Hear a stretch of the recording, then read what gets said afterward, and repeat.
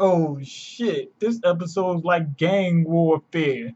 Sanji's a Latin king, fucking Ichiji's a damn blood, Niji's a fucking crip, and Yanji's straight from Grove Street. He made it straight out of Grove Street. He works in San Andreas. But anyway, One Piece episode 800. 800, not 800, 800. Okay, this dude Cracker, he was just sitting there chilling while Luffy was getting jumped. He had his soldiers out there. He said, "Yo, I don't need to get involved in the fight. I got my soldiers out there." And Luffy was putting in work. He was knocking these crackers down. These soldiers, he was knocking them down. But it was like exhausting him. Not only that, when he got rid of him, he had to go up against Cracker himself. And guess what? Cracker was still holding his own. It wasn't like Cracker couldn't fight without his soldiers. He fought without the soldiers. He was able to dodge. He was able to attack, and he blew Luffy away. Now, at this point, like for me, he's stronger than Doflamingo. He's got soldiers out. He's using his powers, not getting exhausted and fighting at the same time. Whereas Doflamingo, he had the bird cage up. I understand he had the bird cage up, but he had the bird cage up. You get what I'm saying? Cracker, he's got soldiers all over the island. So he's using his powers as well. You know what I mean? So it's not like he's not totally unhandicapped. He's using his powers. Anyway, he's creating his soldiers, and then on top of that, when he did fight against, like when Doflamingo fought against Gear Force, I understand Doflamingo was fucked up. But even still, before that, it was some attacks Luffy could get off. Luffy ain't getting off no attacks against Cracker. Not one has landed. Not one. He's blowing his motherfucker away. Anyway, he's got Luffy on the ropes basically. He's just waiting Luffy out, exhausting him. Now anyway, we cut to Chopper and Carrot, and they basically just went on a hunt for Sanji. Nami's also about to get involved with the fight. Whatever, she's talking to the homies, using that Vivi card as some way to extort them. Chopper and Carrot just happen to figure out that that mirror world is connected to the entire island, so you can get anywhere on the island through that mirror world. Anyway, after that we cut to Brook and Pedro, and they went undercover. They managed to hijack one of these cracker soldiers. That shows you Pedro's knows what's going on that island. He says this is what they do with the cracker soldier and blah blah blah. That's how they knew that they could cut him from the back and they wouldn't know. They cut the soldier open and he knew it was hollow.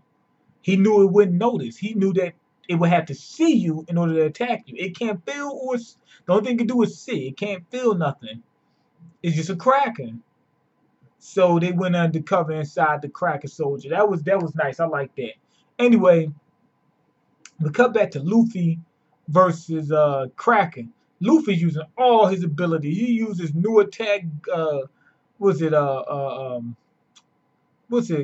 Gumu Gumu no Culverin gun, Armageddon gun or something like. It's basically the Gear 4 version of the Gatling gun, and this shit was devastating. Cause Cracker had a whole army. He had soldiers out there. Looked like he was ready to go to war. He had his mind right, money right, ready for war. He's ready for y'all. Anyway, he sent the whole army after him, and Luffy was able to blow most of them away. Then he had to get involved. He got involved again, and he's able to hold his own against Gear Force. He's holding his own.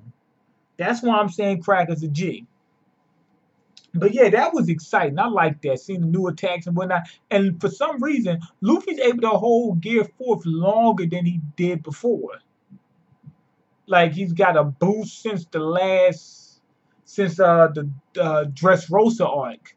So what they're telling you is after and this has been going on since the beginning of One Piece, should I say? After he uses an ability, they go to the next island. It's sort of like a time skip, if y'all haven't noticed. It happened every time. When they go to the next island and they had a few weeks or something like that, Luffy then developed whatever he started using to the next level. It might not be a huge difference. It usually not like, oh my God, this is life changing, but it's usually a little bit of a boost. Now, the most entertaining part of the episode comes up. Sanji big brothers finally make it. Ichiji and Niji, they made it back. Fucking Ichiji, he banging red. Niji banging blue. I would never thought I would have seen Bloods and Crips all together. Not to mention Sanji was, I didn't know he was supposed to be a Latin king. That's why he wearing yellow. That's why Sanji hair is yellow, and then Yanji hair green. But anyway, he's already on Sanji's ass. The moment he walked in, he said, "Where's this motherfucker?" So he can start cracking on him. He was looking for him to roast him. And his main weapon is sarcasm. This motherfucking prick was being sarcastic since the moment he saw him.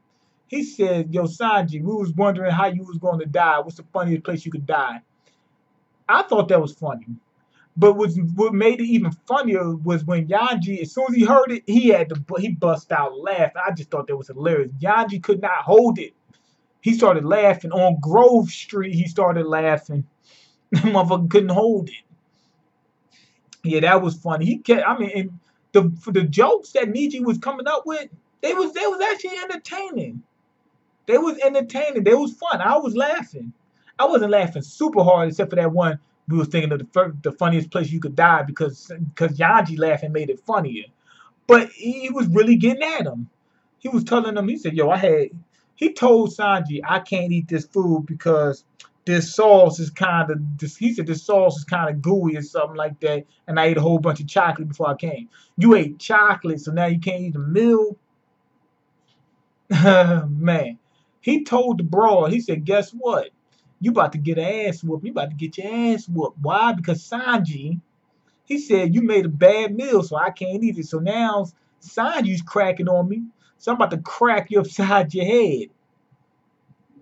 This dude, Niji, is just pure evil. I mean, this motherfucker is pure evil.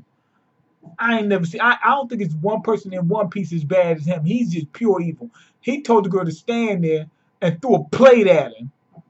If there was a group, called 3LW. It was a little singing group or whatever. This from like early 2000s. And the girl from what's it, Power was on there. Natiri Hunting or something like that. I don't know what her name is. Natiri something or something like that. She was in that group. Apparently, the same thing that happened in this episode happened to her. She said that they didn't like on the group. They bullied her because she was dark skinned, and the girl threw a plate of chicken at her. Hurled the fucking plate like it was a frisbee or something. Like she said that she threw it so hard she could hear it. Just the way it cut through the air, it said, and it came to her and it bust upside the head.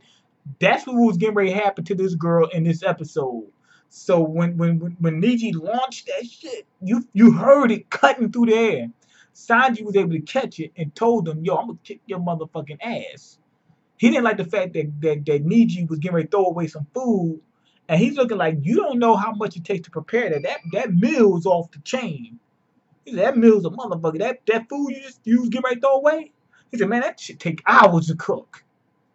He said on Latin Kings it should take hours to cook. You know what I mean? That's why he got the yellow hair. He said that should take hours. He said, "I ain't gonna let you disrespect the girl." He said, "You gonna put your hands on a female?" He was getting ready to do what's his name? Craig did on Friday. He said, "Yo, Debo, that's a female." Or Niji, that's a female. And that's when Niji said, "Shut up before I drop you like I did this bitch." That's what he said. So now they about to get into it.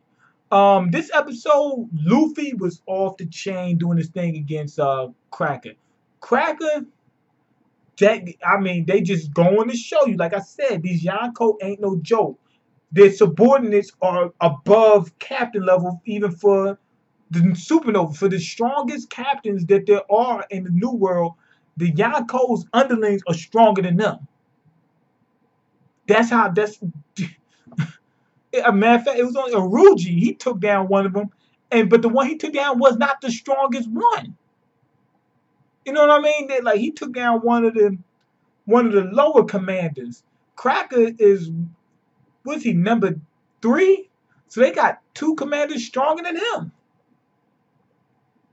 That tells you right there. And his powers is just amazing. I like the way he's fighting. I like his attitude. I like the fact that they differentiated him from other people.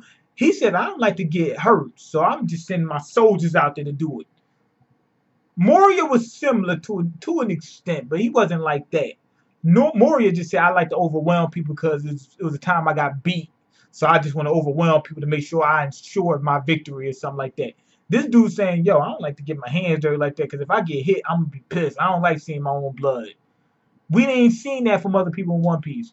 And I would think that in the real world there would be fighters like that. So that was really exciting. And he's living up to it. But not only that, he's still a G. You see, he's still making nice moves. He still got Luffy on the defensive in Gear 4 going at him head up.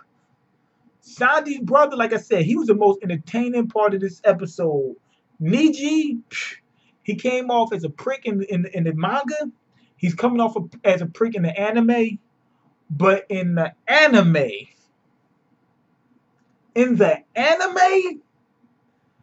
this motherfucker's funny as hell. Like in the manga, the way he did it was kind of entertaining, but it just more so came off as like he was just being disrespectful. He's being disrespectful in this, but it was the sarcasm was there, the entertainment was there. Yanji laughed. That was funny. I just thought that was just entertaining. I loved this episode. I liked it about just as much as the last episode, which was real good. So there you have it. Anyway, go ahead and leave your comments, like the video, subscribe, because I can't eat. I'm broke, nigga. I'm broke. And you got the power to change that. Check the links in the description box. Peace.